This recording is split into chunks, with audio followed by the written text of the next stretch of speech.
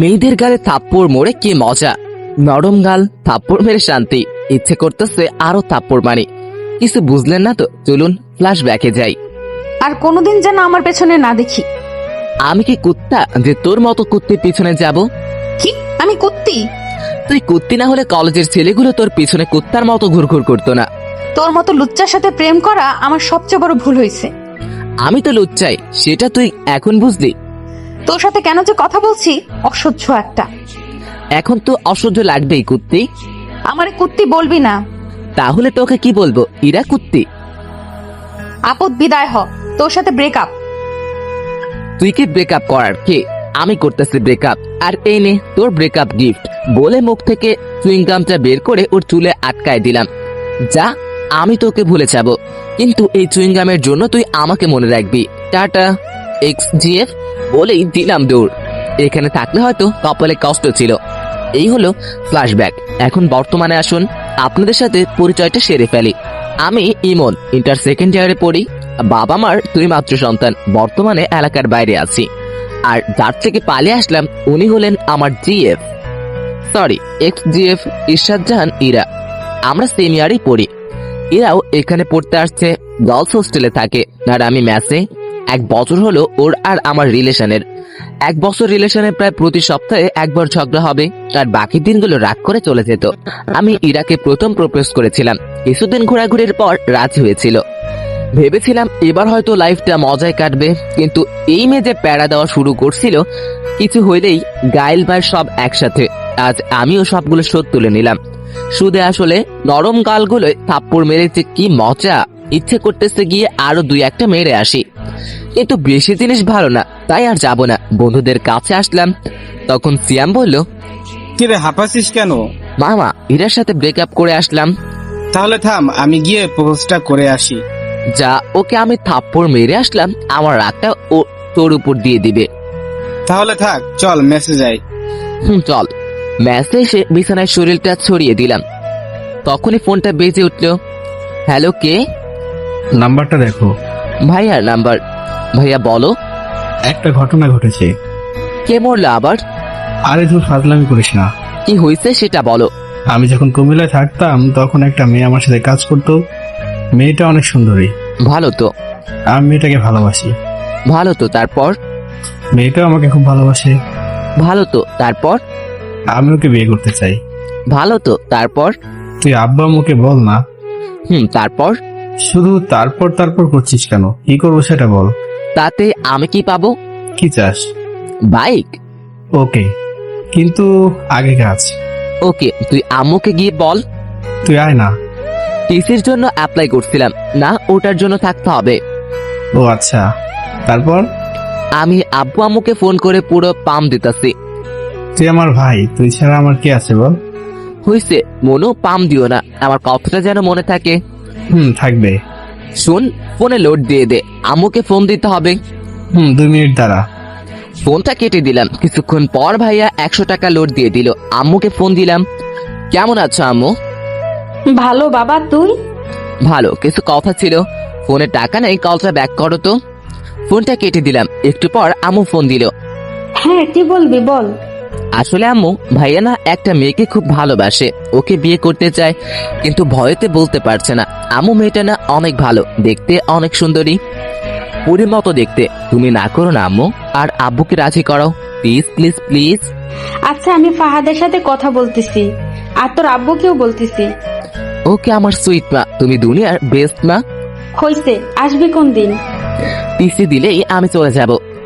আচ্ছা, ভালোভাবে থাকিস। ফোনটা রেখে দিয়ে ঘুমিয়ে পড়লাম। বিকেলে ঘুম থেকে উঠলাম। বিকেলে সিয়ামকে নিয়ে বাইরে ঘুরতে বের হলাম। ঘোরাঘুরি করে ম্যাচে আসলাম। রাতে ভাইয়ার ফোন। হ্যালো, কি করিস? পাম দিস না, আম্মু ফোন দিছিল। দিছিল। কি বললো? বিয়ের বাসার নম্বর নিল আর বিয়ের ডেট ঠিক করলো। তোর তো ঈদ লেগে গেল তাহলে। ধুর বেটা, বিয়ে কোন দিন? আগামী শনিবার তুই আসবি না? না, পরের রবিবার আমার টিসি দিবে, ওটা নিয়ে যাব। আমার বিয়ে আর তুই আসবি না? মন খারাপ করিস না ভাইয়া, আমি যাব এখন। তাহলে আমি ডেট পিছিয়ে দেই। না, পিছানোর দরকার নাই, আমি বিয়ের কয়েকদিন পরেই যাব। ফোনটা কেটে দিলাম। ভাইয়া, আমি অনেক ফ্রি বন্ধুর মতো রাতে খেয়ে দিলাম ঘুম। পরে আর কলেজে গেলাম না। এরই মধ্যে ভাইয়ার বিয়ে হয়ে গেল। ভাবির সাথে এই কয়েকদিনে অনেক কথা হয়েছে, ভাইয়ার সাথেও অনেক কথা হয়েছে। ইরার কথা অনেক মনে পড়েছে, ওর পাগলামিগুলো মিস করতাম, কিন্তু কিছু করার নেই। ব্রেকআপ তো ও করেছে। আজ টিসি দেওয়ার কথা। কলেজে গেলাম, কলেজে গিয়ে দেখি ইরার বান্ধবী টিশার সাথে দেখা। কেমন আছো? ভালো, তুমি? ভালো। হেতে কোথায়? বাসায় গেছে, ওর বোনের বিয়ে। ভালো থাকো। একেবারে চলে যাচ্ছি। ও আচ্ছা, ভালোভাবে যেও। টিসি নিয়ে সিয়ামের সাথে ম্যাচে আসলাম। আমি আর সিয়াম দুজনেই টিসি নিচ্ছি, কারণ আমরা ছোট থেকে একে অপরের সাথে থাকি। আমার এই জায়গায় চয়েসে আসে দেখি সিয়ামও আমার সাথে ভর্তি হয়। এখন দুইজনে ট্রান্সফার নিলাম, নিজ শহরে যাব, বাঘের মতো চলাফেরা করব। পরের দিন ব্যাগ নিয়ে বেরিয়ে পড়লাম। বাসে উঠলাম, কিছুক্ষণ পর বাস ছেড়ে দিল। 6 ঘন্টা যাত্রা করে বিকেলের দিকে বাসায় আসলাম। বাসায় এসে কলিং বেল টিপ দিলাম। কিছুক্ষণ পর একজন মেয়ে এসে দরজা খুলে দিল। এটা নিশ্চয়ই আমার ভাবিজান। ভাই তো কেমন আছো? জড়িয়ে ধরে। ভালো, ভিতরে আসো। আগে বলো ভাইয়া কই? রুমে আছে। ভাইয়ার রুমে গেলাম। ভাইয়া ঘুমাচ্ছে। ভাইয়া, আয় ভাইয়া। আরে তুই কখন এলি? এখনই। বাইক কই আমার? পরে কথা হবে, এখন ঘুমাতে দে। ও, কাজের সময় কাজে, কাজ ফুরালে পাজি। ভাবি তুমি কিছু বলো না। কি হয়েছে? আমি কিছুই তো বুঝলাম না। ভাবিকে সব কথা বললাম। তাহলে তুমি দেখো ভাইয়া কি আমার সাথে অন্যায় করতেছে না। ঠিকই তো, কাল তোমার বাইক কিনে দিবে, তুমি যাও গিয়ে ফ্রেশ হয়ে নাও। ঠিক আছে ভাবি, তুমি না অনেক কিউট আর ভালো, একদম আমার মায়ের মতো। হয়েছে, আর পাম দিতে হবে না, যাও ফ্রেশ হয়ে নাও। আম্মুর সাথে কথা বলে আসি। আম্মুর কাছে গেলাম। আম্মু রান্নাঘরে রান্না করতেছে। পিছন থেকে জড়িয়ে ধরলাম। কেমন আছো মা? আরে তুই কখন আসলি? একবারও ফোন করলি না যে। এত প্রশ্ন, আমি যেটা প্রশ্ন করছি উত্তর দাও। তুই এসে গেছিস, এখন ভালো থাকবো। যা রুমে গিয়ে ফ্রেশ হয়ে নে। রুমে গেলাম, ফ্রেশ হয়ে একটা ঘুম দিলাম। একেবারে রাতে উঠলাম, উঠে ফোন টিপতে লাগলাম। একটু পর আম্মু খেতে ডাকলো। গিয়ে দেখি সবাই বসে আছে, সবার সাথে অনেক গল্প করলাম। খেয়ে সে কানে ইয়ারফোন লাগিয়ে গান শুনতে লাগলাম। রাতে ঘুমানোর আগে আমার গান না শুনলে আমার ঘুম আসে না। গান শুনতে শুনতে কখন যে ঘুমিয়ে পড়ছি। সকালে ভাবির ডাকে ঘুম ভাঙলো। ইমন, ওঠো। ভাবি, আর একটু ঘুমাই না। ঘুমাও তাহলে, আর বাইক কিনতে যেতে হবে না। বাইক? হুম আচ্ছা, আমি 5 মিনিটের মধ্যে আসতেছি। ফোনে বেশি চার্জ ছিল না, তাই হয়তো আমি ঘুমের পরেই বন্ধ হয়ে গেছে। ফোন চার্জে দিয়ে ফ্রেশ হয়ে নিচে গেলাম। নাস্তা করে আমি, ভাবি আর ভাইয়া বেরিয়ে পড়লাম। শোরুমে গিয়ে বাইক কিনলাম। এই নাও চাবি, ঘুরে আসো। আমি চাবিটা নিয়ে ভাইয়ার হাতে দিলাম। বাইকটা তোমাদের দেওয়া, তাই প্রথম তোমরাই ঘুরো, বাসায় দেখা হবে। ভাইয়া প্লাস ভাবি প্রথমে মানতে চাইছিল না। আমি জোর করে ওদের পাঠিয়ে দিলাম। তারপর সিয়ামকে ফোন দিয়ে আসতে বললাম। কিছুক্ষণ পর সিয়াম আসলো। দুজন ঘুরতে লাগলাম। ঘোরাঘুরি করতে করতে মাঠের দিকে গেলাম। তখনই পিছন থেকে কে যেন ডাক দিল। পিছনে তাকিয়ে দেখি মিতু, স্কুল লাইফের ফ্রেন্ড। কি রে, কেমন আছিস? ভালো, তুই? ভালো। কোন দিন আসলি তোরা? কালকে আসছি। চল বসে গল্প করি। 3 জন মিলে মাঠে বসে গল্প করলাম। দুপুরে বাসায় এসে খাওয়া দাওয়া করে দিলাম ঘুম। বিকেলে উঠে বাইরে বেরিয়ে পড়লাম। সন্ধ্যায় বাসায় আসলাম। ভাবি আর ভাইয়ের সাথে বসে অনেকক্ষণ ধরে গল্প করে খাওয়া দাওয়া করলাম। এভাবেই 1 সপ্তাহ কেটে গেল। ভাবির সাথে খুব ভালো সম্পর্ক গড়ে উঠল। ভাবি আমাকে নিজের ভাইয়ের চোখেই দেখে। আমার কোনো বোন আর ভাবির কোনো ভাই না থাকায় ভাবি আমাকে ভাই বলেই ডাকে, কিন্তু আমি ভাবি বলেই ডাকি। এর মধ্যে কলেজে ভর্তি হয়ে গেলাম। ইমন, উঠ, কলেজে যাবি না? হুম কখন কলেজ ছুটি দিবে? হুম কি উঠ না, হলে গায়ে জল ঢেলে দিব। উঠতেছি তো। উঠে ফ্রেশ হয়ে এসে নাস্তা করে বাইকটা নিয়ে কলেজে আসলাম। ক্লাস শেষ করে বাইরে আসলাম, তখনই ভাবির ফোন। কলেজ থেকে ক্লাস করে বের হতেই ভাবির ফোন। হ্যালো ভাবি। ভাই, আমার একটা কাজ করে দিতে পারবি? বলো।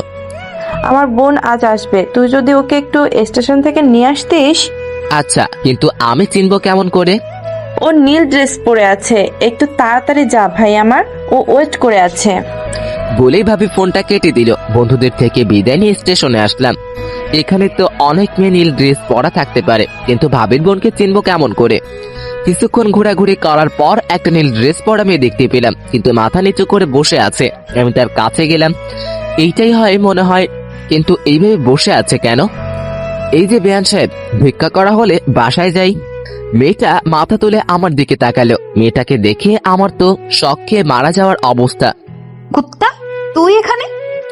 এই কুত্তি, আমি এখানে আমার ভাবির বোনকে নিয়ে আসতে এসেছি, কিন্তু তুই এখানে কেন?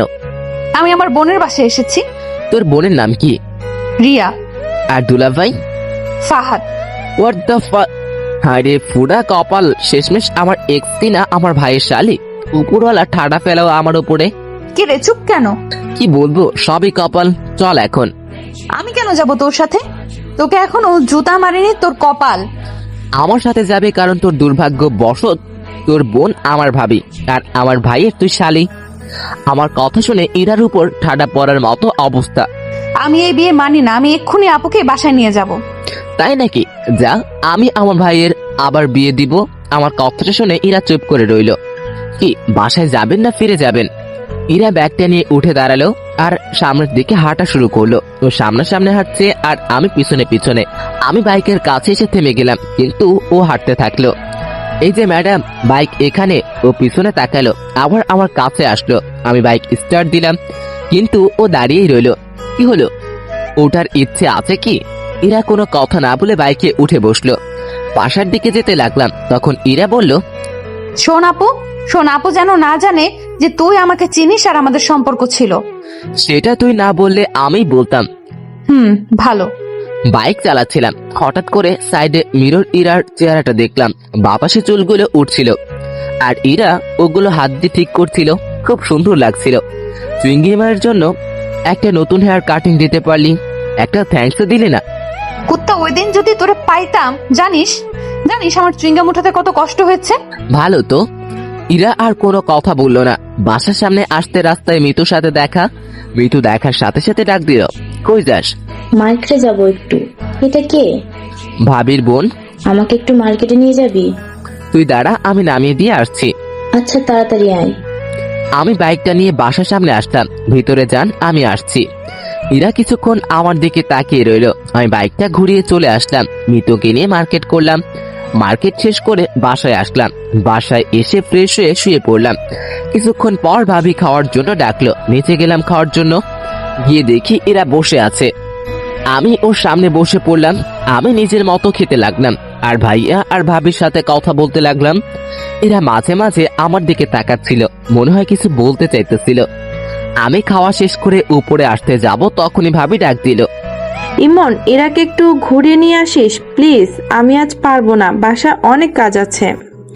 আচ্ছা ভাবি, ওনাকে রেডি থাকতে বলিও। বলে নিজের রুমে চলে আসলাম। বিকেলে বাইকটা বের করে ইরার জন্য অপেক্ষা করতে লাগলাম। আসতে দেরি করছিল দেখে বাইকের হর্ন দিতে লাগলাম। কিছুক্ষণ পর ইরা আসলো। সাদা ড্রেস, কপালে কালো টিপ, খোলা চুল, জাস্ট অসাম লাগছিল ওকে। ইরা আমার সামনে এসে দাঁড়িয়ে গেল। আমি মাথা থেকে হেলমেট নামিয়ে দিলাম। উঠুন।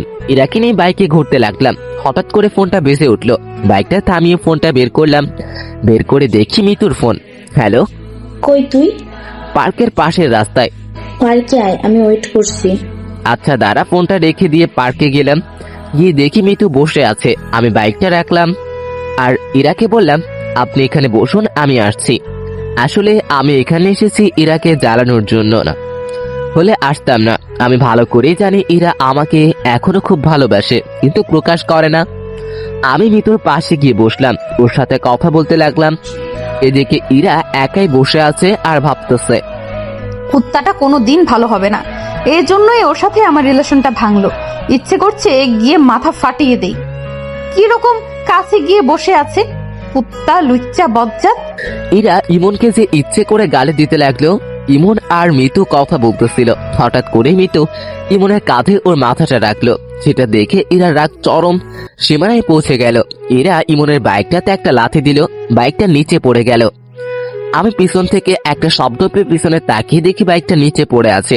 আমি লাফ দিয়ে উঠে বাইকটার কাছে আসলাম। ও খোদা, আমার নতুন বাইক।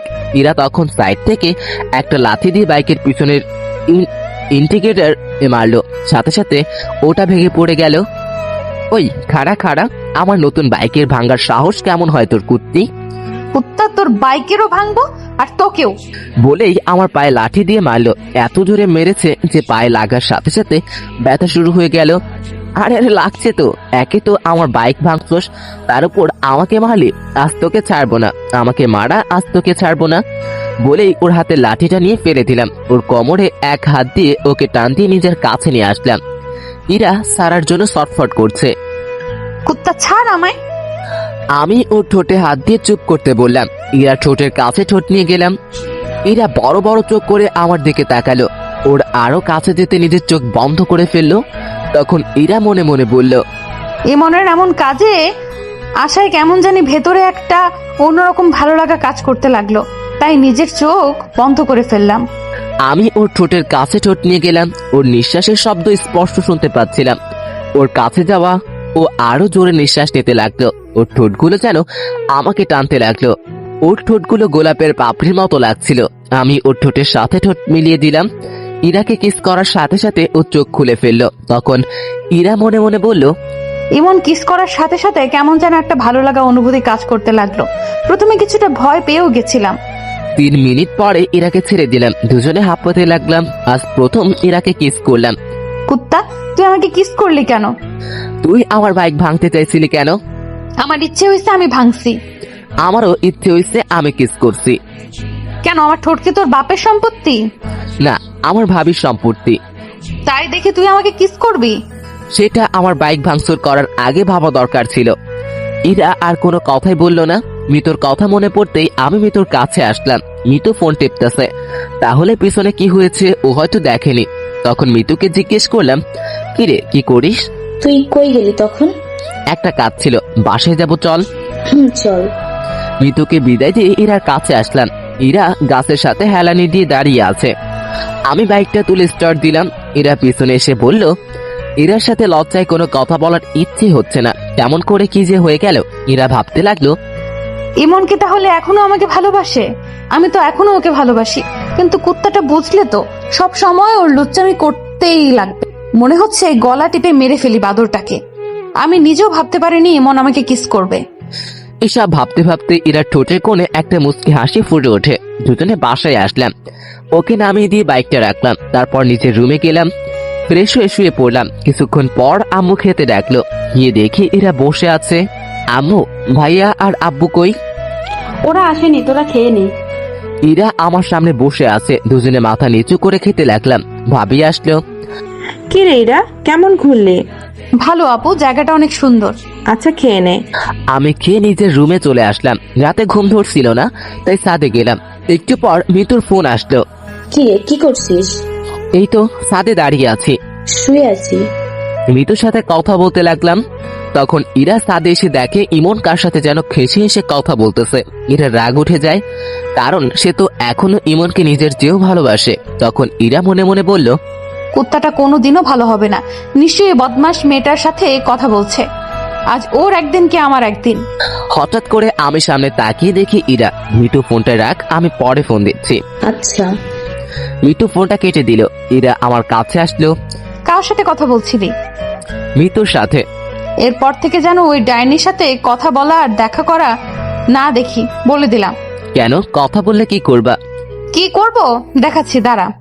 ইরা আমার কাছ থেকে ফোনটা নিয়ে নিল আর বলল, ফোন পাবি না, যখন দরকার হবে আমার কাছে বলবি, আমি দিব। না, ফোন ছাড়া আমার ঘুম আসে না, ফোন লাগবেই আমার।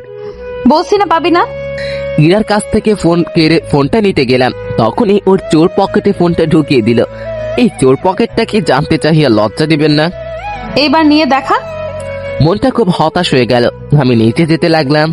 তখন ইরা আমার হাতটা টেনে ধরলো আর ঠোঁটের সাথে ঠোঁট লাগিয়ে দিল। আর ভাবতে লাগলো, হঠাৎ আমার কি যে হলো। এমনকে কাছে টেনে নিয়ে ওর ঠোঁটের সাথে ঠোঁট লাগিয়ে দিলাম। ওকে কিস করার সময় ওর শরীরে এক অদ্ভুত ঘ্রাণ আমাকে ওর আরো কাছে টানতে লাগলো। 5 মিনিট পর ওকে ছেড়ে দিলাম। ইরা এইভাবে কিস করবে ভাবতেও পারেনি। তখন ইরা বলল, আই লাভ ইউ। বলেই ইরা দৌড়ে নিচে চলে গেল। আমি নিজের রুমে চলে আসলাম। শুয়ে শুয়ে এতক্ষণ কি হলো সেটাই ভাবতে লাগলাম। সবকিছু মাথার উপর দিয়ে যাচ্ছিল। নিজে ব্রেকআপ করলো, আবার নিজেই আই লাভ ইউ বললো। আমার সাথে মজা নেওয়া, এবার দেখাবো মজা। যদি কাঁদিয়ে না ছেড়েছি তাহলে আমার নাম ইমন না। সব প্ল্যান ভাবতে ভাবতে ঘুমিয়ে পড়লাম। সকালে মনে হলো কে যেন আমার দিকে তাকিয়ে আছে। চোখ খুলতে দেখি ইরা। কি ব্যাপার, আপনি এখানে? আপনি কাকে বলছো? আপনাকে। মজা না বাদ দে, মাইর খাবি কিন্তু। অচেনা কাউকে তো আপনি করেই বলতে হয়। ফাইজলামি বাদ দে, নিচে আয়, আপু নাস্তা করতে ডাকতেছে। বলেই ইরা নিচে গেল, কিছুটা রেগে গেছে। আমি ফ্রেশও নিচে গেলাম। সবাই টেবিলে বসে আমি ইরার মুখোমুখি চেয়ারে বসলাম। খাওয়ার মধ্যেই ইরা পায়ের উপর পা উঠে দিল। আমি ওর দিকে তাকাতেই ও মুখে একটা হাসি দিল। আমি টেবিল থেকে প্লেট নিয়ে উঠে সোফায় গিয়ে বসলাম। তখন ভাবি বলল, কিরে ওখানে গিয়ে বসলি কেন? টিভি দেখতে দেখতে খাবো। তারপর সবাই খাওয়া শেষ করে যে যার মতো চলে গেল। ভাবি আর আম্মু রান্নাঘরে গেল। ইরা আমার পাশে এসে বসলো। আমি ওর দিকে না তাকিয়ে টিভি দেখতে লাগলাম। একটু পর ইরা আমার দিকে চেপে আসলো। আমি একটু সরে বসলাম, ও আরো চেপে আসলো। ধীরে ধীরে আমি একেবারে সোফার কোণায় চলে আসলাম। ইরা আমার শরীরের সাথে চেপে বসে আছে। আমি ওর দিকে তাকালাম, ও টিভির দিকে তাকিয়ে মুচকি হাসি দিচ্ছে। এই যে শুনছেন? কিছু বলবা? না, কিছু বলবো না। এমন ভাব করছে যেন কিছুই বুঝে না। ধুর, এখানে আর থাকবোই না। যে উঠতে যাব, ইরা আমার হাত ধরে আবার সোফায় বসিয়ে দিল আর আমার কোলে বসে পড়লো। আরে কি হচ্ছে? আম্মু ভাবি কেউ দেখে ফেলবে তো। দেখলে দেখুক, আমার কি। এখন চুপ থাকো, টিভি দেখতে দাও। ধুরবাল, ভালো লাগে না। না পারছি উঠতে, না পারছি বসে থাকতে। মুটকিটার ভরে তো পা ব্যথা করে গেল। আরেকবার মুটকি বললে গলা টিপে মেরে ফেলবো। শুনলো কেমনে? হঠাৎ করে ভাবির আওয়াজ পেলাম। আমি ভয় পেয়ে ইরাকে ধাক্কা মারলাম। ইরা মেঝেতে পড়ে গিয়ে জোরে চিল্লানি দিল। ওর চিল্লানি শুনে ভাবি রান্নাঘর থেকে চলে আসলো আর বলল, কিরে নিচে বসে আছিস কেন? বসে নেই, পড়ে গেছি। কেমন করে পড়লি? এই রে, এইবার যদি বলে দেয় আমি ধাক্কা মেরে ফেলে দিছি, তখন আমি ভাবিকে বললাম, পা পিছলে পড়ে গেছে ভাবি। ও যা, রুমে গিয়ে রেস্ট নে। তখন ইরা ভাবিকে বলল, তোর কি তারছিরা? দেখতে পারতেছিস না, উঠতে পারতেছি না, রুমে যাব কেমন করে? ইমন ভাই তুই একটু রুমে দিয়ে আয় না, আমাকে রান্নাঘরে যেতে হবে। না ভাবি, আমি পারবো না। যা না ভাই একটু, তুই তো আমার সুইট ভাই। হয়েছে হয়েছে, আর মাখন মারতে হবে না, আসুন। ইরার দিকে হাত বাড়িয়ে ইরা হাত ধরে উঠতে গিয়ে আবার বসে পড়লো। কি হলো? উঠতে পারছি না। তাহলে কেমনে নিয়ে যাব? কোলে করে নিয়ে যাও। না, পারবো না। তখন ভাবি বলল, আচ্ছা আচ্ছা ঠিক আছে। ভাবি রান্নাঘরে চলে গেল। আমি ইরাকে কোলে তুলে নিলাম। ইরাকে মুসকি মুসকি হাসছে। আমি ওকে ওর রুমে নিয়ে গেলাম। ও আমার গলা জড়িয়ে ধরেছিল। ওকে বিছানায় শুয়ে দিয়ে উঠতে যাব, কিন্তু ও আমাকে জড়িয়ে ধরে রইল। কি হলো, ছাড়েন? না, আগে পাপ্পি দাও, তারপর ছাড়বো। না, পারবো না। তাহলে আমিও ছাড়বো না। আমি ইরাকে নিজের থেকে জোর করে ছাড়িয়ে চলে আসতে যাব, তখন ও হাতটা টান দিয়ে দিল। আমি ওর উপর পড়ে গেলাম। ইরা নিচে, আমি ওর উপরে। ইরা আমাকে জড়িয়ে ধরলো। মেয়েদের শরীরে এত নরম আগে জানতাম না। দয়া করে কেউ খারাপ ভাবে নেবেন না প্লিজ। আমি ইরার শরীরের সাথে মনে হয় মিশে গেছি। কি করছেন? সারেন, কেউ এসে যাবে তো। আগে পাপ্পি। পারবো না। আচ্ছা, আমি নিজে নিয়ে নিচ্ছি। যে ইরা আমার ঠোঁটের কাছে ঠোঁট নিয়ে আসতে লাগলো। ভাবি তুমি এখানে? কথাটা শুনে ইরা আমাকে ছেড়ে দরজার দিকে তাকালো। এই সুযোগে আমি পালিয়ে এলাম।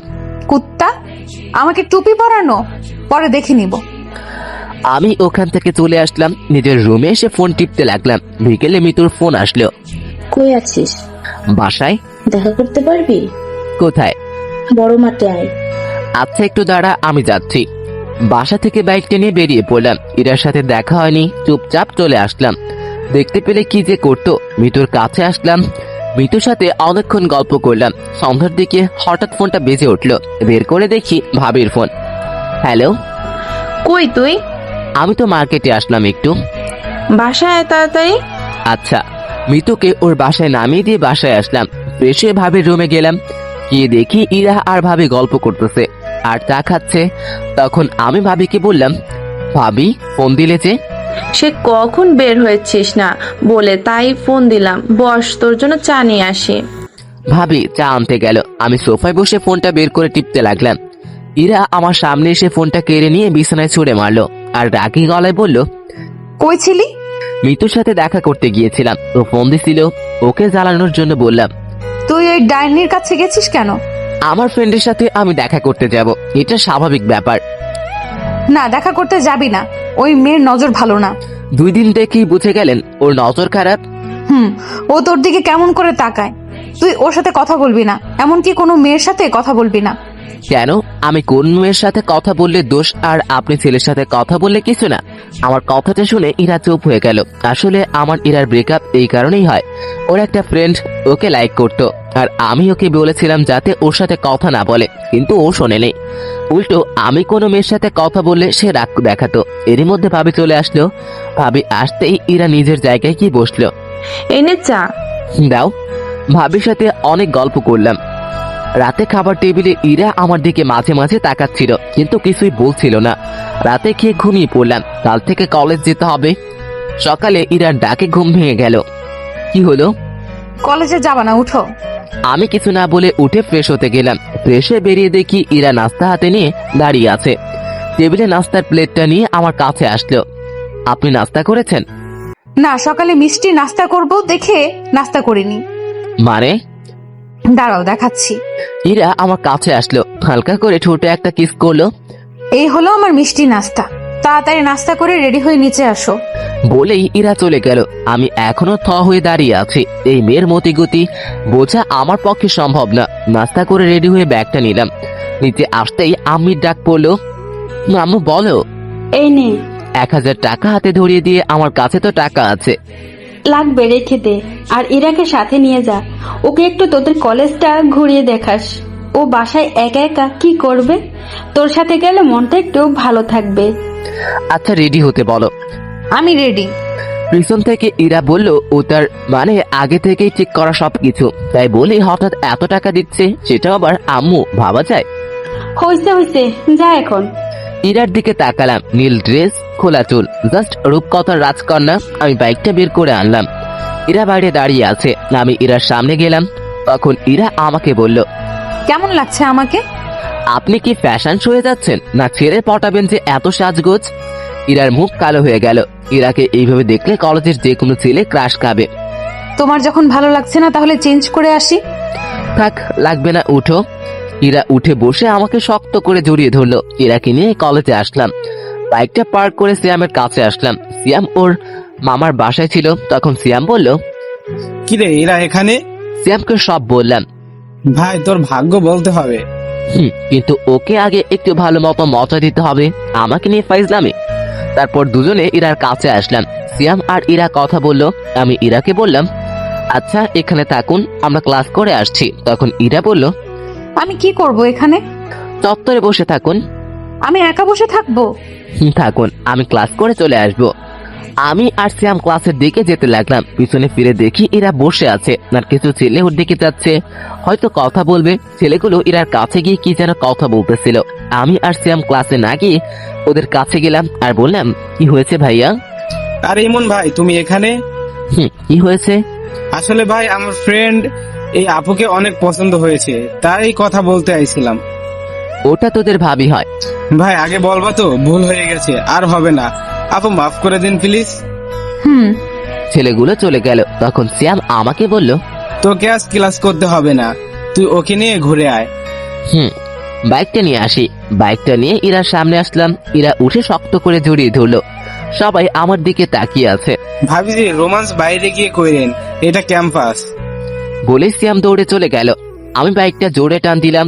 বাইক আর মেয়ে পার্ট তো দেখতেই হবে। সারাদিন ইরাকে নিয়ে বাইকে ঘুরলাম। ইরা সারাদিন অনেক বকবক করেছে। বিকেলের দিকে বাসায় আসলাম। এসে ফ্রেশ হয়ে ঘুম দিলাম। সন্ধ্যায় ঘুম থেকে উঠে পুরো অবাক হয়ে গেলাম। ইরা আমাকে জড়িয়ে ধরে শুয়ে আছে, কিন্তু ও এখানে কখন এলো? আমি ইরার দিকে তাকিয়ে দেখতে লাগলাম। ফ্যানের বাতাসে চুলগুলো উঠছে, মুখটা খুব মায়াবী লাগছে। হঠাৎ করে ইরার ঘুম ভেঙে গেল। কি ব্যাপার, তুমি এখানে কখন আসলা? আসলে আপু তোমাকে ডাক দিতে বলছিল, কিন্তু এসে দেখি তুমি ঘুমাচ্ছ, আমারও ঘুম পাচ্ছিল, তাই এখানে ঘুমিয়ে পড়ি। কি, যদি ভাবি এসে দেখে ফেলতো তাহলে কি ভাবতো?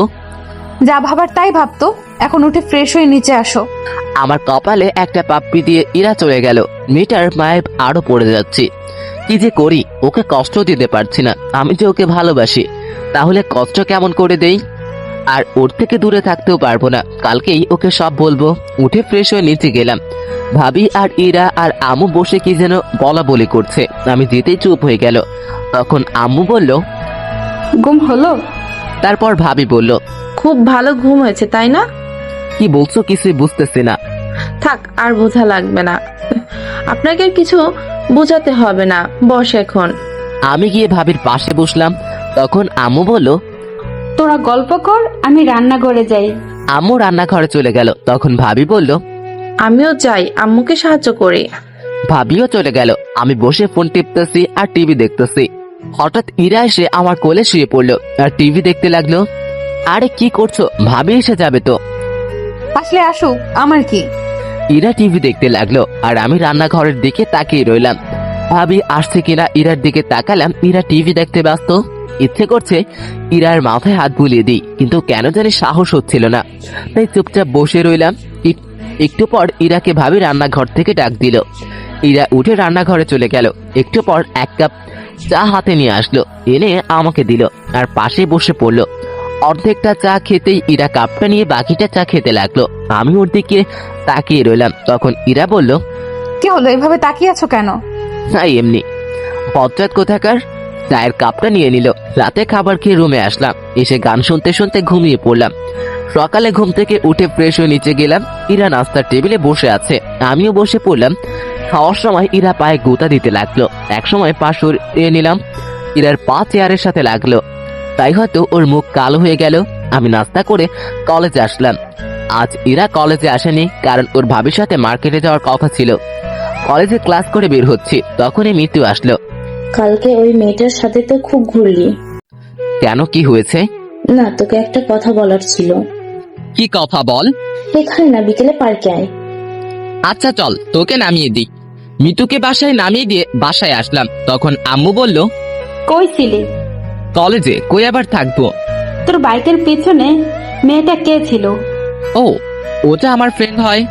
আর কোনোদিন যেন কোনো মেয়েকে বাইকের পিছনে নেওয়া না দেখি, আর কোনো মেয়ের সাথে প্রেম টেম করা যেন না শুনি। আম্মু। আমার রুমে চলে আসলাম। এসে দেখি ইরা আমার বিছানায় বালিশে মুখ লুকিয়ে কান্না করছে। কি ব্যাপার, তুমি এখানে আর কান্না করতেছো কেন? ইরা কান্না করেই যাচ্ছে। আমি ওর কাছে গিয়ে ডাক দিলাম। তো উঠে সোজা আমার শার্টের কলার ধরলো।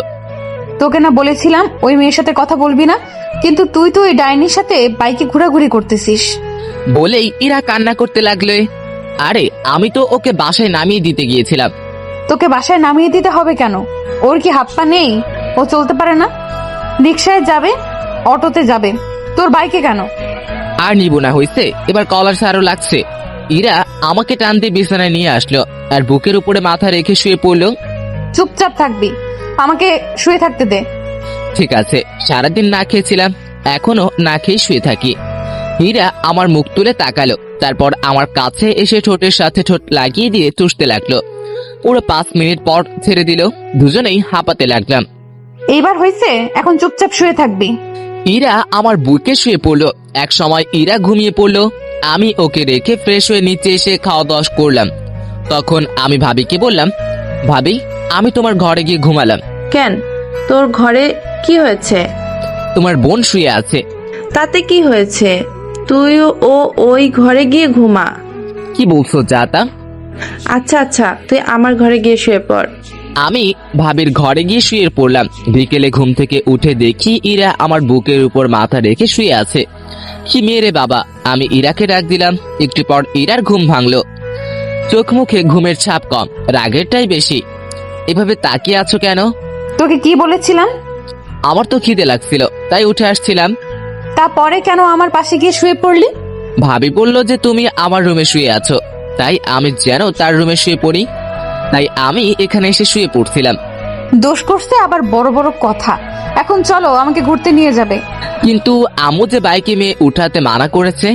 সেটা অন্য মেয়ে উঠাতে মানা করছে, আমাকে না। কেন? তোমার আম্মুকে গিয়ে বলো। আমি কি জানি। আমি রেডি হতে গেলাম। ইরা রেডি হতে গেল। আমি আম্মুর কাছে গেলাম। আম্মু, আমি কি ইরাকে বাইকে নিব?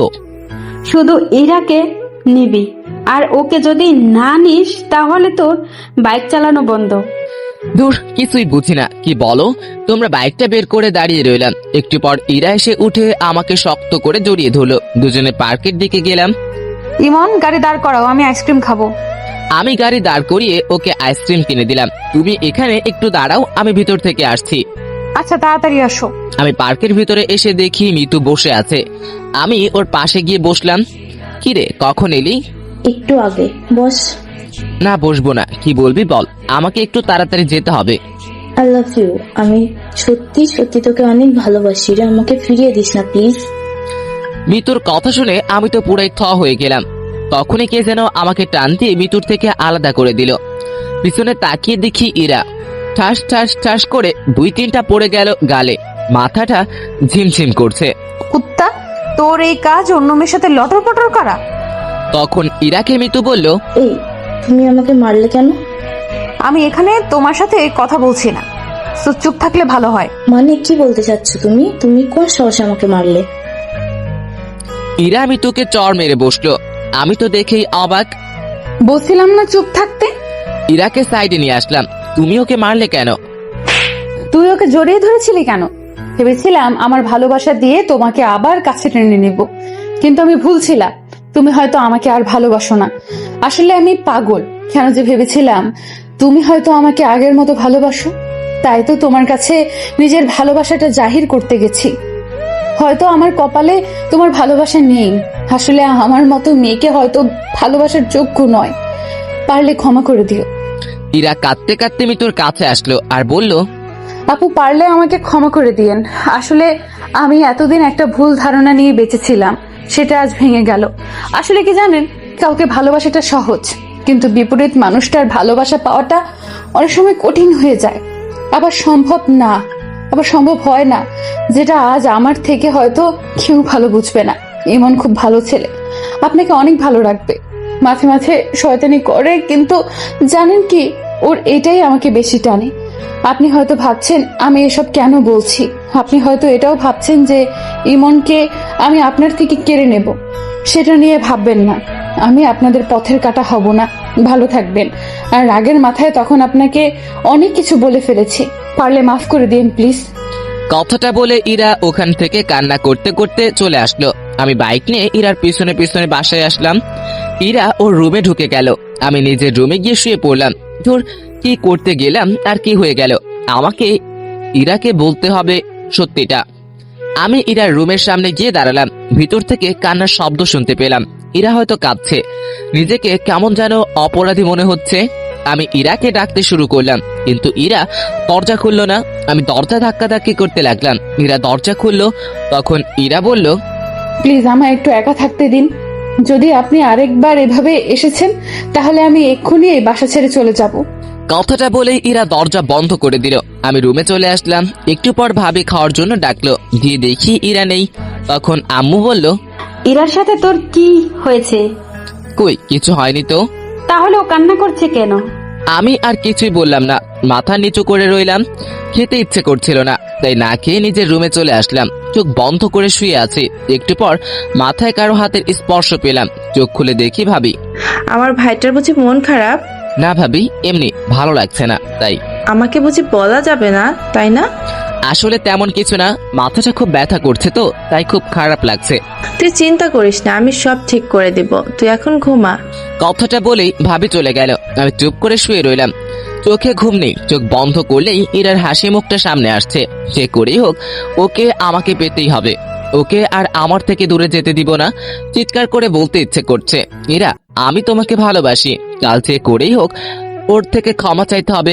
দরকার পড়লে ওর পায়ে পড়বো, কিন্তু ওকে নিজের থেকে দূরে যেতে দিব না। সারা রাত ঘুম হয়নি। ভোর রাতে ঘুমিয়ে পড়লাম। সকালে ঘুম থেকে উঠে ফোনটা হাতে নিয়ে দেখি 11টা বাজে। আমি তাড়াতাড়ি করে ইরার রুমে গেলাম। গিয়ে দেখি রুম ফাঁকা, ইরার জামা কাপড় কিছুই নেই। আমি দৌড়ে নিচে আসলাম। ভাবি, ভাবি, আই ভাবি। কি হয়েছে? ইরা কই? ও আজ সকালে চলে গেছে। অনেক আটকানোর চেষ্টা করেছে কিন্তু পারেনি। কয়টার ট্রেন? 10:30-এ। আমি তাড়াতাড়ি করে বাইকটা বের করে স্টেশনের দিকে বেরিয়ে পড়লাম। সাবধানে যাস। স্টেশনে গিয়ে দেখি ট্রেন চলে গেছে। সাইড বেঞ্চে বসে পড়লাম। চোখের কোণ দিয়ে এক ফোঁটা জল মাটিতে পড়লো। নীরবে বসে কাঁদতে লাগলাম। আজ আমার ভুলের জন্যই ইরা আমার থেকে দূরে চলে গেল। একটু পর ভাবির ফোন আসলো। হ্যালো ভাবি। কি হয়েছে তোর? তোর কণ্ঠটা এমন শোনা যাচ্ছে কেন? হ্যাঁ কিছু না, বলো কি বলবা? পেলি ওকে? না ভাবি। আচ্ছা তুই বাসায় আয়, তোর সাথে কথা আছে। আচ্ছা আমি এক্ষুনি আসছি। বাইকটা নিয়ে বাসার দিকে যেতে লাগলাম। মুখের সামনে শুধু ইরার ছবিটাই ভেসে উঠছিল। তখনই হঠাৎ করে কথা থেকে যেন একটা রিক্সা বাইকের সামনে চলে আসে। আমি কন্ট্রোল সামলাতে না পেরে বাইকটা রিক্সার সাথে লাগিয়ে দেই। চোখ খুলে দেখি মাথায় হাত আর পায়ে ব্যান্ডেজ। ভাবি সাইডে বসে আছে। ভাবি তোমরা এখানে? আর বাইকটা ঠিক আছে তো? তোর অ্যাক্সিডেন্ট করার পর একজন তোর ফোন দিয়ে আমাদের ফোন করে হাসপাতালে আসতে বলে। আজ তোর যদি কিছু হয়ে যেত তাহলে আম্মুকে মুখ দেখাতাম কেমন করে বল? কিছু হয়নি তো? কিচ্ছু হয়নি। তুই জানিস তোর মাথায় হাতে পায়ে কয়টা সেলাই পড়েছে? থাক, সেটা বলার দরকার নেই। চুপচাপ শুয়ে থাক, বিকেলে তোর বাসায় নিয়ে যাব। ভাবি বাইরে চলে গেল। বিকেলে বাসায় গেলাম। আমি স্বাভাবিকভাবেই হাঁটতে পারতেছি, কিন্তু হাতটার জন্য একটু সমস্যা হচ্ছে। রাতের বেলায় ছাদে বসে আছি। আকাশের তারার মেলা, হাজারো তারার ভিড়ে চাঁদটাকেই দেখছি। একটু পর কেউ পিঠে হাত দিল। পিছনে তাকিয়ে দেখি ভাবি দাঁড়িয়ে। ভাবি তুমি এখানে? এত রাতে এখানে মনমরা হয়ে বসে আছিস এখনো? বলবি তোর কিছু হয়নি তো? আসলে ভাবি, ঠিক আছে ঠিক আছে, যদি আমাকে আপন না ভাবিস তাহলে বলতে হবে না। ভাবি আমি ইরাকে ভালোবাসি, আর আমরা একে অপরকে অনেকদিন ধরেই চিনি। সে আমি, আম্মু, তোর ভাইয়া আর আব্বু সবাই জানে। এরা আমাদের সব বলেছে। সেদিন কি হয়েছে সেটা বল। সেদিনের সব কথা ভাবিকে খুলে বললাম। বুঝলাম এটা শুধু একটা ভুল বোঝাবুঝি। আসলে আমার বোনটা রাগ আর অভিমানটা একটু বেশি, বুঝলি? সেটা অনেক আগেই বুঝে গিয়েছি। আচ্ছা, আমি দেখি কি করা যায়, কিন্তু এরকম মন খারাপ করে বসে থাকা চলবে না। যা রুমে গিয়ে রেস্ট নে। এভাবে 5 দিন কেটে গেল। মাথা হাত পায়ের সেলাই খুলে ফেললেও দাগগুলো রয়ে গেছে। সকালে ভাবির ডাকে ঘুম ভাঙলো।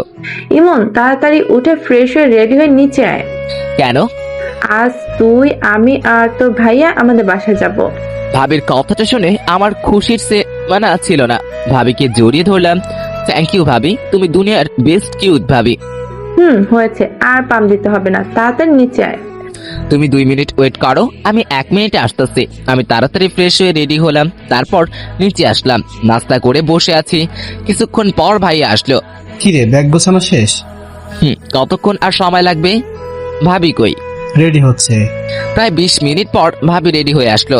এতক্ষণ লাগে? হয়েছে, তোর তো আর তর্স হয়েছে না। কেন? আচ্ছা, তুমি আর একটু ময়দা মেখে আসো, আমরা দাঁড়িয়ে আছি। ওই ছাগল, আমি কোনোদিন ময়দা মাখছি? প্রতিদিনই তো মাখো। দাঁড়া, তোর মায়ের হয়নি অনেকদিন। ও, তোমরা ঝগড়া বাদ দিয়ে চলো তো।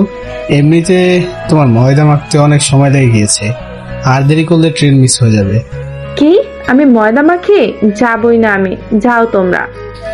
ভাবি রাগ করছো কেন? ভাইয়া তো মজা করে বলতেছে। আমি তো জানি তুমি আটা সুন্দরী না। আমার ভাবি দেখতে অনেক কিউট। ঠিক আছে, তুই বলছিস বলে যাচ্ছি, না হলে ওর আজ খবর করে দিতাম। ভাবির কথা শুনে ভাইয়ের মুখটা একদম চুপসে গেল। এবার চলো, না হলে দেরি হয়ে যাবে। চল।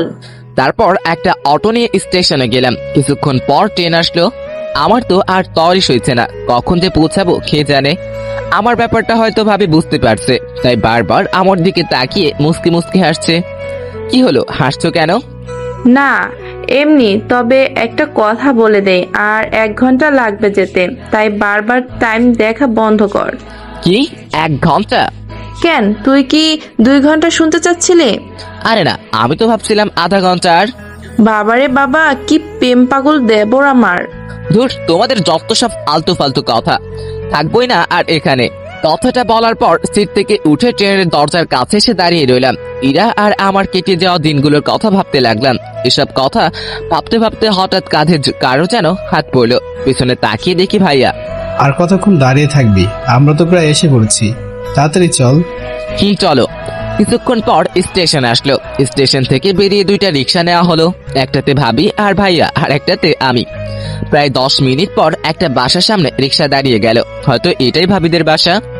ভাইয়া আর ভাবি নেমে গেল, তাই আমিও নেমে গেলাম। ভাইয়া রিক্সার ভাড়া দিয়ে চলো। ভাবিদের বাসাটা বেশ সুন্দর। ভাবিদের বাসার দরজার কলিং বেল চাপতেই একটা মহিলা দরজা খুলে দিল, আর ভাবি তাকে জড়িয়ে ধরল। হয়তো এটা ভাবির মা আর আমার হবু শাশুড়ি। ভাইয়া ওনাকে সালাম দিলেন, সাথে আমিও। তারপর সবাই ভিতরে গেলাম। তখন ইরার মা বলল, ইরা, ইরা, দেখ কারা এসেছে। একটু পর ইরা নেমে আসলো। চোখের নিচে কালো দাগ, মুখ চোখ শুকিয়ে গেছে, হয়তো সারা রাত ঘুমায় না। তখন ইরা বলল, কেমন আছেন দুলা ভাই? ভালো, তুমি? ভালো আছি, তুই কেমন আছিস আপু? আমি তো ভালোই আছি, কিন্তু তুই হয়তো ভালো নেই। চেহার একই অবস্থা করেছিস তুই, বলতো?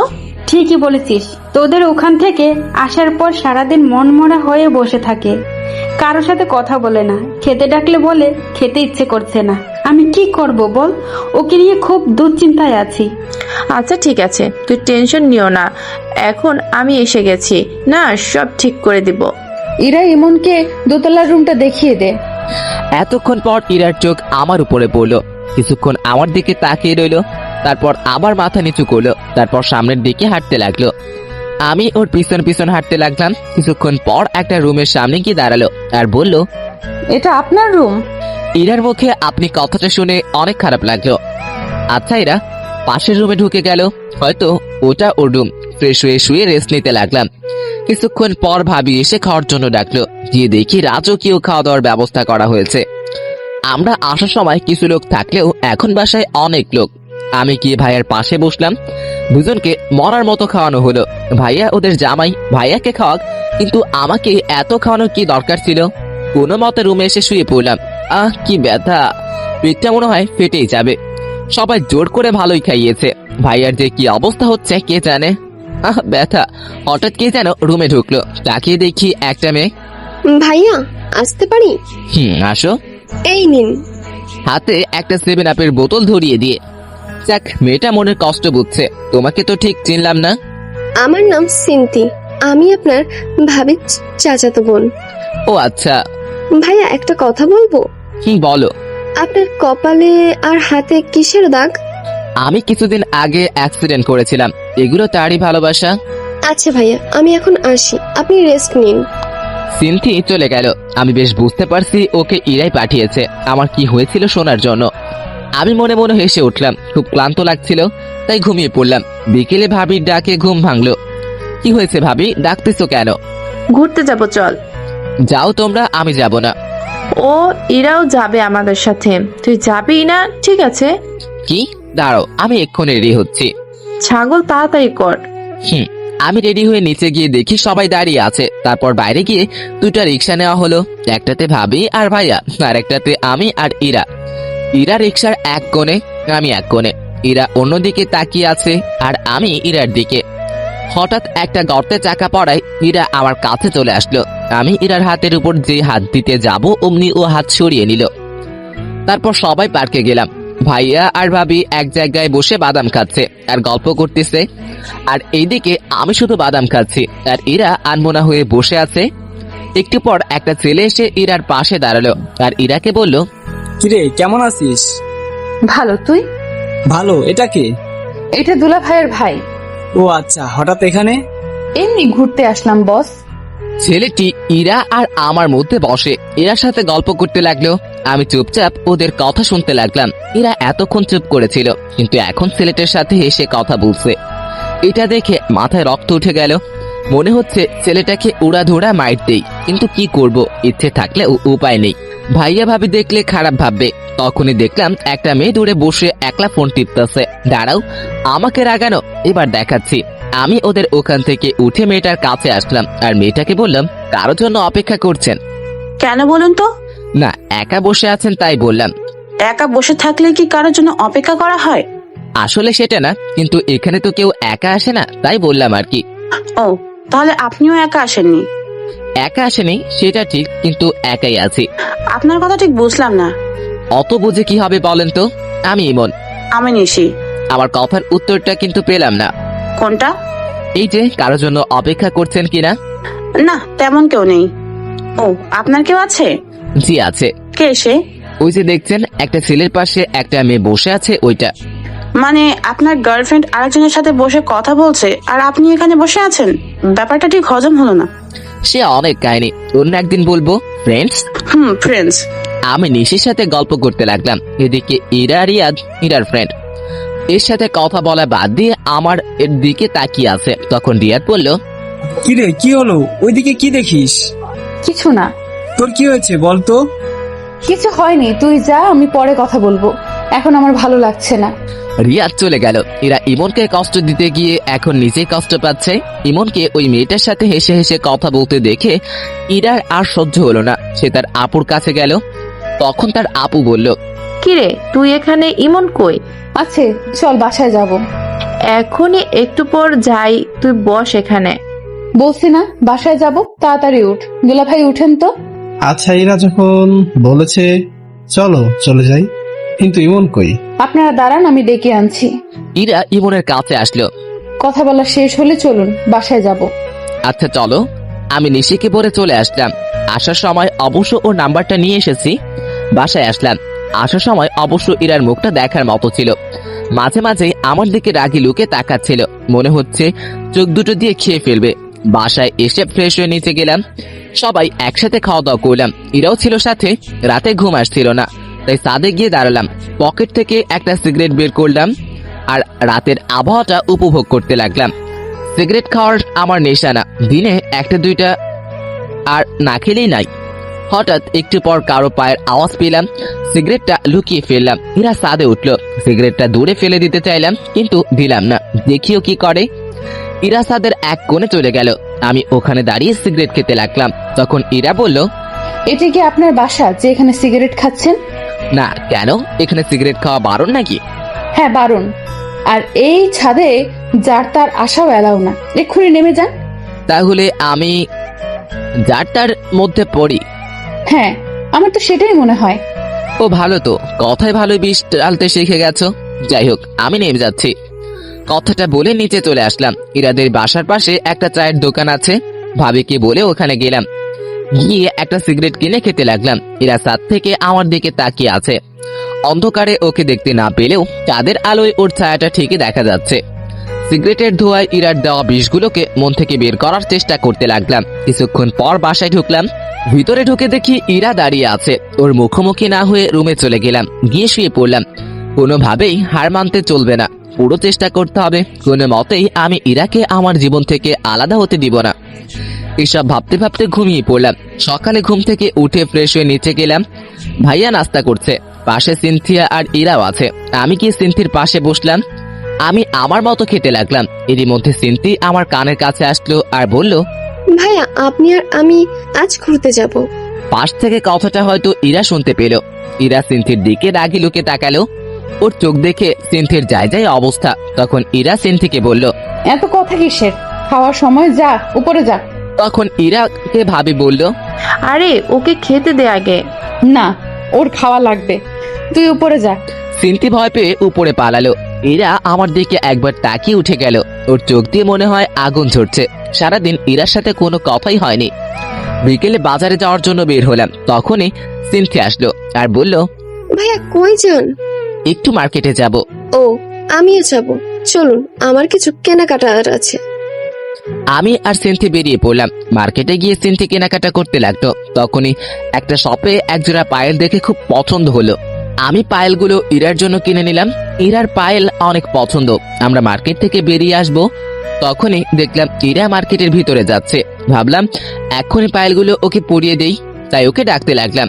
কিন্তু ও না শোনার ভান করে চলে যেতে লাগলো। আমি দৌড়ে গিয়ে ওর হাতটা ধরলাম।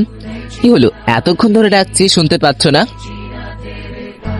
জানোয়ার, রাস্তাঘাটে মেয়েদের দেখলেই হাত ধরার ইচ্ছা হয়। কুত্তা, বাবা মা শিক্ষা দেয়নি?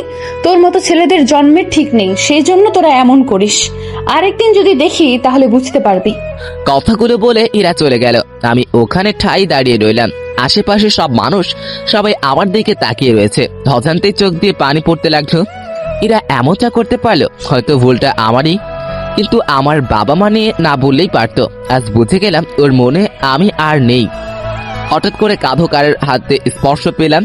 তাড়াতাড়ি করে নিজের চোখের জল মুছে ফেললাম। তাকিয়ে দেখি সিনথি। ভাইয়া আপু তোমার সাথে এমন করলো কেন? আমি ভাবতেও পারিনি আপু এমন করবে। তুমি তো খারাপ কিছু করনি।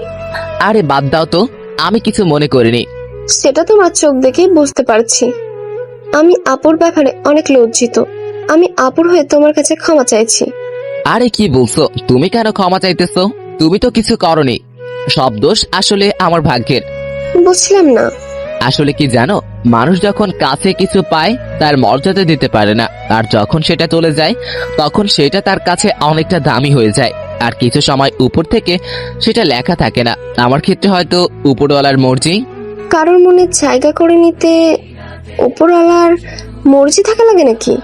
হয়তো বা না, কিন্তু সম্পর্কটা একটা পরিণতি পেতে গেলে, একটা হ্যাপি এন্ডিং এর জন্য তার আদেশ থাকা লাগে। তার ইচ্ছে না থাকলে রাস্তা একসাথে আসলেও ঠিকানাটা আলাদা হয়ে যাবেই।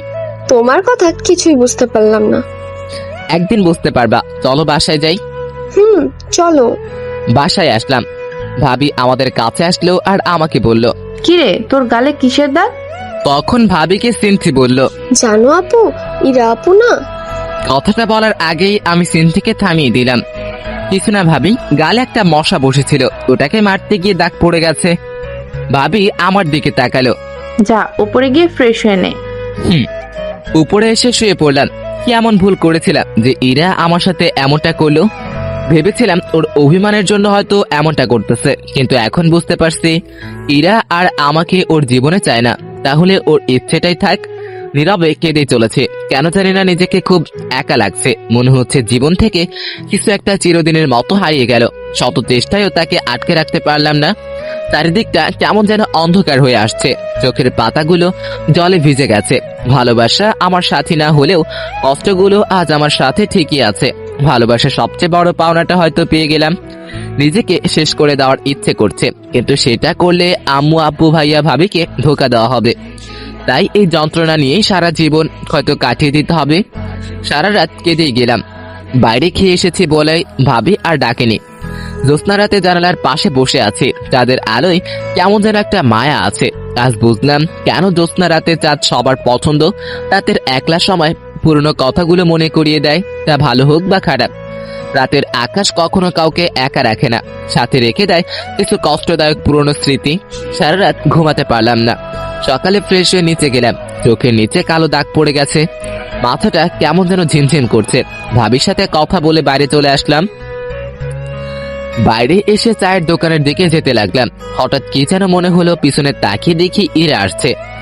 আমি কিছু না বলে এক দোকান থেকে এক প্যাকেট সিগারেট কিনে একটা সিগারেট ধরিয়ে পার্কের দিকে গেলাম। একটু পর ইরা ওর কিছু বান্ধবীর সাথে পার্কে এলো। আমি ওকে দেখে মাথা নিচু করে রইলাম আর নীরবে সিগারেট খেতে লাগলাম। হঠাৎ করে চোখ দিয়ে জল পড়তে লাগলো। তাড়াতাড়ি জল মুছে বড় একটা নিঃশ্বাস নিলাম। তারপর আরেকটা সিগারেট ধরালাম। এইদিকে ইরা ইমনকে সিগারেট কেনা দেখে ওর পিছনে আসে, সাথে কিছু ফ্রেন্ডকেও নিয়ে আসে যাতে ইমন বুঝতে না পারে। ইরা ইমনের দিকে এক দৃষ্টিতে তাকিয়ে আছে। কালকের ঘটনাটার জন্য ইরাও সারা রাত ঘুমাতে পারেনি। সারা রাত ইমনের জন্য কেঁদেছে। কালকে যে ওর সাথে এমন ব্যবহার করলাম, আজ আমার জন্যই ও কষ্ট পাচ্ছে। সব আমার জন্য। কোন মুখে ওর কাছে যাব?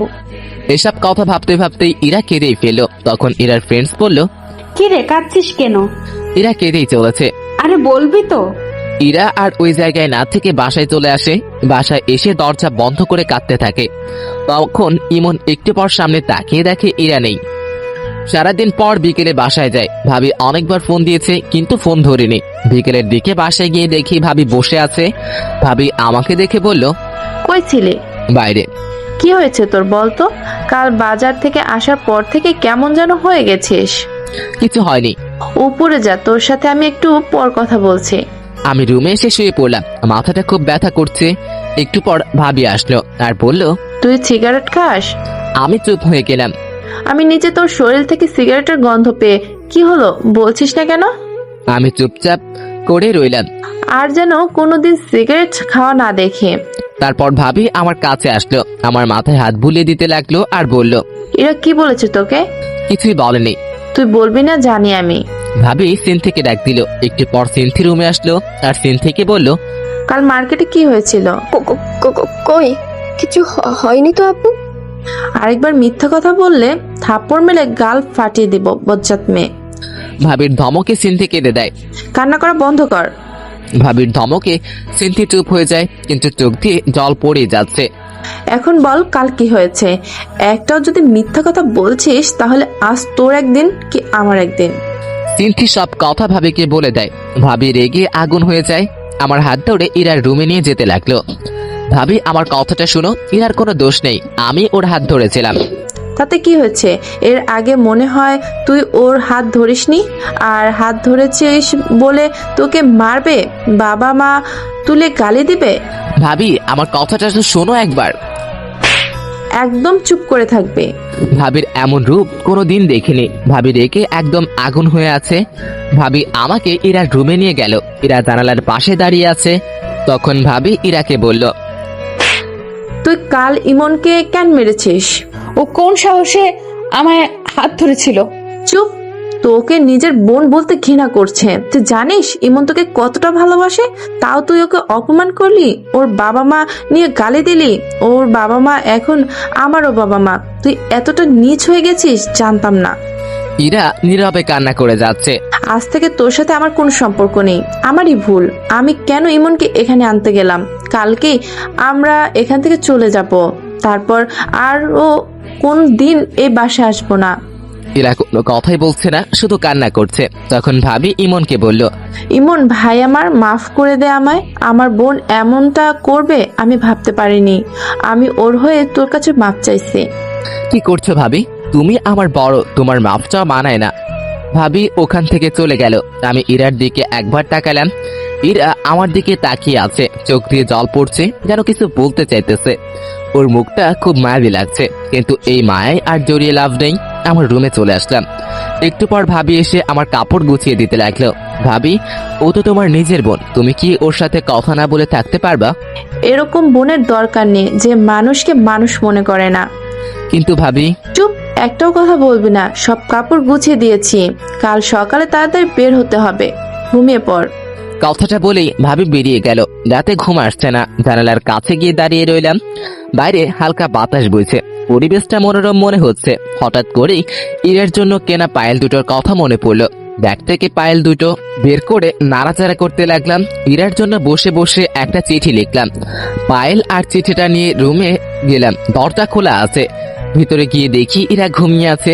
ওর পায়ের কাছে গিয়ে পায়েল দুটো পরিয়ে দিলাম। চিঠিটা পায়েলের সাথে আটকে দিলাম। কিছুক্ষণ পর খাটের পাশে বসে ওকে দেখতে লাগলাম। ওকে দেখে মন ভরছে না। অনেকক্ষণ বসে থাকার পর কপালে একটা মায়া এঁকে দিয়ে নিজের রুমে চলে আসলাম। সারা রাত ওর সাথে কাটানো কথাগুলো ভাবতে লাগলাম। কিভাবে যে রাত পেরিয়ে গেল বুঝতেই পারলাম না। সকালে এসে ভাবি ডাকলো। ঘুমের ভান করেছিলাম। ভাবি ডাক দেওয়ায় একটু পর উঠে ফ্রেশ হয়ে ব্যাগ নিয়ে নিচে গেলাম। যাওয়ার আগে ইরার রুমে গেলাম। ইরা এখনো ঘুমিয়ে আছে। ইরার পাশে গিয়ে বসলাম। মন ভরে ওকে দেখতে লাগলাম, তবে চুলগুলোর জন্য মুখটা ভালো করে দেখতে পারছিলাম না। চুলগুলো আলতো করে সরিয়ে দিলাম। তারপর ওর কপালে একটা ভালোবাসার পরশ এঁকে দিলাম। তখন ইরা নড়ে উঠল। পায়ের মধ্যে পায়েলের সাথে চিঠিটা দেখলাম। বুক বড় নিঃশ্বাস নিয়ে চলে আসলাম। নাস্তা করে বেরিয়ে পড়লাম। এদিকে ইরা ঘুম থেকে উঠে দেখে পায়ে পায়েল, আর পায়েলের ভিতরে একটা চিঠি। আর চিঠিটা খুব খুলে পড়তে লাগলো। ইরা, কি বলবো ভেবে পারছি না। আজ মনটা কেমন যেন করছে, খুব একা লাগছে। তোমার থেকে দূরে চলে যেতে হবে কোনোদিন ভাবিনি। সবটাই আমার ভুল। আমি হয়তো তোমার যোগ্য নাই, তাই হয়তো এমনটা হলো। সেদিন তোমার কথাগুলো কথা না বেশ ছিল, যেগুলো আমার মনটাকে ক্ষত বিক্ষত করে দিয়েছে। তোমাকে ভালোবাসার আমার কাছে কোনো কারণ ছিল না, আর ভুলে যাওয়ারও কোনো কারণ নেই। তাই তোমাকে কোনো দিনও ভুলতে পারবো না। কিন্তু তুমি আমার থেকে ভালো কাউকে পেলে হয়তো আমাকে ভুলে যাবে।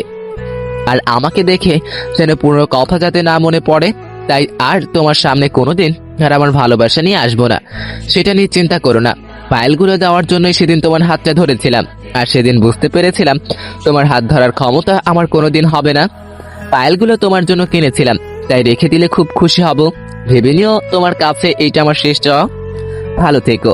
আর আমার জন্য তোমার আর ভাবির সম্পর্কটা খারাপ হলো, তার জন্য আমি অনেক দুঃখিত।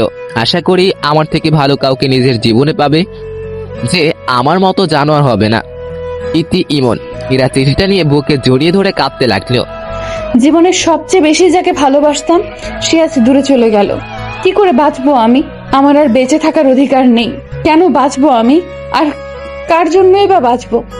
আমি ভাবি আর ভাইয়া স্টেশনে বসে আছি। 30 মিনিট ধরে ট্রেন আসতে দেরি হচ্ছে। একটু পর ভাবির ফোনে একটা কল আসে। কিছুক্ষণ কথা বলার পর ভাবি চিৎকার দিয়ে ওঠে। কি হয়েছে ভাবি, কাঁদছো কেন? ইমন, ইরা না সুইসাইড করার চেষ্টা করছে। কি বলছো? ইরা কোথায় এখন? আম্মু ওকে হাসপাতালে নিয়ে গেছে। তাড়াতাড়ি চলো।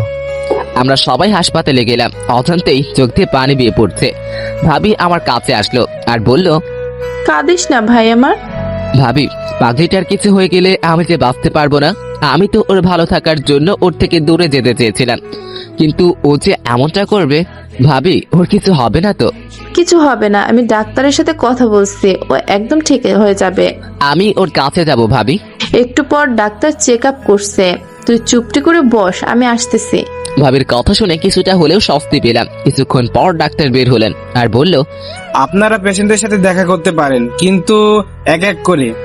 সবাই দেখা করতে গেল। ভাবি আমাকে আগে যেতে বলল, কিন্তু আমি সবার পরে গেলাম। এরা শুয়ে আছে। আমি ঢুকতেই আমার দিকে তাকিয়ে মুখ ঘুরিয়ে নিল। আমি ওর পাশে গিয়ে বসলাম। ওর হাতে ব্যান্ডেজ করা, দুজনে চুপচাপ। এরা অন্যদিকে মুখ ঘুরিয়ে আছে। আমি ওর হাতের উপরে হাত রাখলাম।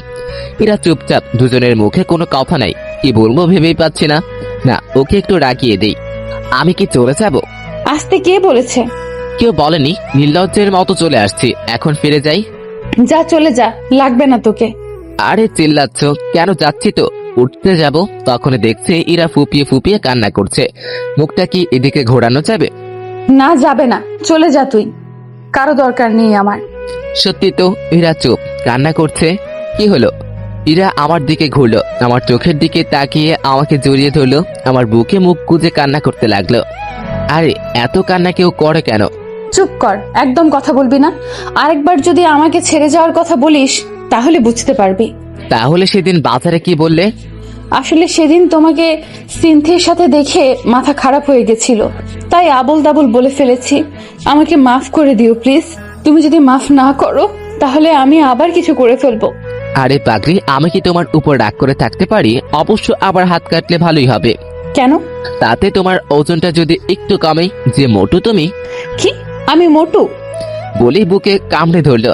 আরে আরে লাগছে তো, চারও ছেড়ে দিল। এইভাবে কেউ কামড় দেয়? ওসব বাদ দাও, এখন একটা কিস দাও তো। কি কিস? এখন না, বিয়ের পর। দিবা কিনা বলো। কেউ এসে পড়বে। তোর গুষ্টি কিলাই। বলেই ইরা আমাকে টান দিল। আমি ইরার উপর পড়ে গেলাম। ইরা ঠোঁটের সাথে নিজের ঠোঁট লাগিয়ে দিল। 3 মিনিট পর ছেড়ে দিল। দুজনেই হাঁপাতে লাগলাম। ইরা আবার ঠোঁটের সাথে ঠোঁট লাগিয়ে দিল। এভাবে 3 বার কিস করলো। শেষমেশ ওকে ধাক্কা দিয়ে নিজের থেকে ছাড়িয়ে নিলাম। ইরা মুস্কি মুস্কি হাসতে লাগলো। আমি হাঁপাচ্ছি। এমন বারবার কেউ কিস করে? আমি করি? এখনই দম বন্ধ হয়ে যেত। হয়েছে, ঠং বাদ দাও। আমি ইরার পাশে বসলাম। বিকেলের দিকে ইরাকে বাসায় আনা হলো। গাড়ি থেকে নামার সময় ইরা ডাক দিল। কি হলো? আমার কেমন যে লাগছে, মাথাটাও ঘুরছে, আমি হাঁটতে পারবো না। তো কি করব? কোলে করে নিয়ে যাও। কি বলছো? ভাইয়া ভাবি আছে তো? নিয়ে যাবে কিনা বল। ভাবি তখন আমার কাছে আসলো। কি হয়েছে, বাসায় চল। দেখো না আপু, আমার মাথাটা ঘুরাচ্ছে, কেমন যেন লাগছে। ওকে বলছি কোলে করে নিয়ে যেতে, কিন্তু কিছুতেই নিয়ে যাচ্ছে না। একটা মেয়ে অসুস্থ, ওকে সাহায্য করা বাদ দিয়ে কি বলছিস? যা উপরে নিয়ে যা। কথাটা বলে ভাবি হাসতে হাসতে চলে গেল। আমি ইরাকে কোলে তুলে নিলাম। ইরা আমার গলা জড়িয়ে ধরলো। ইরাকে ওর বেডে শুইয়ে দিলাম। তখন ইরা বলল, আমার পাশে শুয়ে পড়ো। না না, সবাই কি ভাববে? বলছি না শুয়ে পড়ো। এরা জোর করে ওর পাশে শোয়ালো। আমার বুকে মাথা গুঁজে চুপ করে রইল। কিছুক্ষণ পর, ইমন, হুম, একটা কিস করি? না করি না। এখন না, এখন ঘুমাও। তাহলে মাথায় হাত বুলিয়ে দাও। ঘুমাও। আমি ইরার মাথায় হাত বুলিয়ে দিতে লাগলাম। কিছুক্ষণ পর ইরা ঘুমিয়ে পড়লো। রাতে ইরাকে খাইয়ে দিলাম। রাতেও ইরা ওর পাশে জোর করে শোয়ালো। ভাবিকে বললাম। ভাবি বলল, এরা অসুস্থ, ওকে একা রাখা ঠিক হবে না। ভাইয়াও ভাবির সাথে নিল। মাঝরাতে। ইমন শুনছো? কি হলো? ছাদে যাবো, চলো। রাত 1টা বাজে। এখন ছাদে গিয়ে কি করবা? চাঁদ দেখবো, চলো না। কাল গেলে হয় না? না হয় না, চলো এক্ষুনি। চলো। আরে আরে, আমি হাঁটতে পারবো না, কোলে নিয়ে যাও। ইরাকে কোলে করে ছাদে নিয়ে খেলাম। দুজনে দোলনায় বসলাম।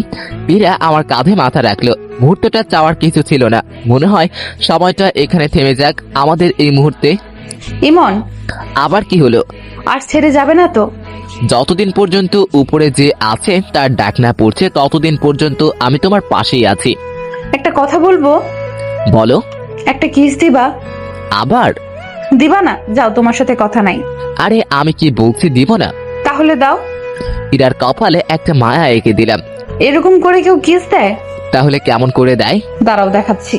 এরা আমার কাছে আসলো। এরা নিঃশ্বাসের শব্দ স্পষ্ট শুনতে পাচ্ছিলাম।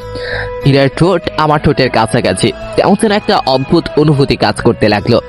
এরার ঠোঁট দুটো আমাকে টানছে মনে হচ্ছে। এরা ঠোঁটের সাথে ঠোঁট লাগিয়ে দিলাম। এরা আমাকে জড়িয়ে ধরলো। কিছুক্ষণ পর ছেড়ে দিলাম। এরা আমাকে আমার কোলে মাথা রাখলো। দুজনেই চন্দ্রবিলাস করতে লাগলাম। ভালোবাসায় প্রত্যেকটা মুহূর্ত একটা অদৃশ্য সম্পদ। ভালোবাসায় হারানো কিছু নেই। সবসময় প্রকৃত ভালোবাসা হয় না। কিছু সময় মানুষ মোহের শিকার হয় আর সেটাকে ভালোবাসা ভেবে বসে। প্রকৃত ভালোবাসায় শেষে গিয়ে শুধু থেকে যাবে দুটি মন, আর জীবনের শেষ মুহূর্ত পর্যন্ত তাদের ভালোবাসা। হ্যালো বন্ধুরা, গল্পটি কেমন লাগলো অবশ্যই কমেন্ট করে জানাবেন।